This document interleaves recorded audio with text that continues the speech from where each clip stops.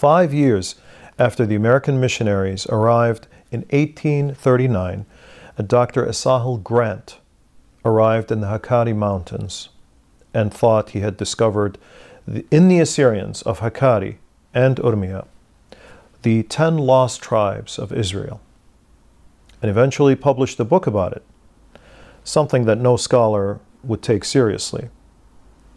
Maybe at the time, but certainly not later. In addition to the missionaries, Western adventurers also came to the Assyrians and discovered, quote-unquote, the Assyrians. One such adventurer was Henry Layard, who arrived in the 1830s in Mosul.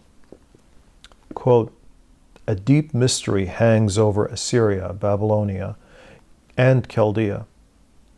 With these names are linked great nations and great cities, the plains to which the Jew and the Gentile alike looked as the cradle of their race," he wrote.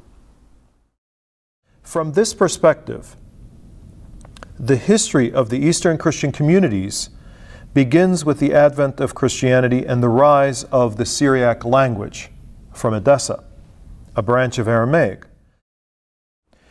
The Assyrians are an Aramaic-speaking Christian group from northern Mesopotamia, or Assyria, today divided into Iraq, Syria, Turkey, and Iran.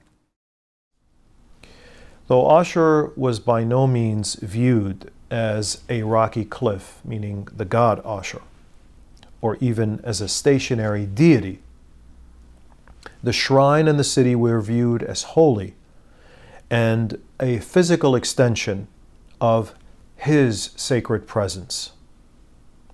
This was his holy city. Just as today people consider spaces in Jerusalem to be of the utmost importance in terms of the sacred.